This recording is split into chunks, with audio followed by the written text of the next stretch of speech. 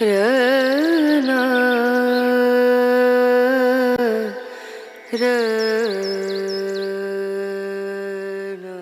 বাড়ি থেকে ভেসে আসছিল সানাইয়ের সুর। পাড়াগ্রামের সকলেই মল্লিক বাড়িতে উপস্থিত হয়েছে। হই হট্টগোল, হাসি ঠাট্টা সব মিলিয়ে একেবারে জমজমাট কাণ্ড। মল্লিকবাবুর একমাত্র মেয়ে বিলাসিনীর বিয়ে বলে কথা। তার বয়স বছর 26।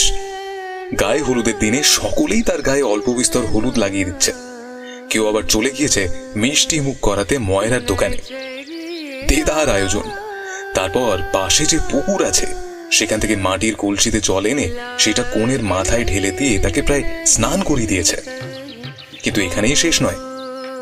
চুল এলোমেলো করে বিলাসিনী যখন সকলের নয়নের মণি হয়ে অবগাহনের আনন্দ উপভোগ করছে, তখনই তার অন্তরাত্মা কেঁপে উঠল।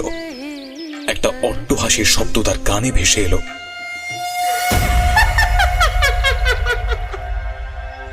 ওই অট্টহাসির শব্দ কেবল কেবল সেই শুনতে পেয়েছিল। হাসির শব্দ শুনে সে সকলের সামনেই দুই কানে হাত চাপা দিয়ে চিৎকার করে বলে উঠল, আমাকে ছেড়ে দাও, আমাকে ছেড়ে দাও, আমি আর সহ্য করতে পারছি না, আমাকে ছেড়ে দাও, আমাকে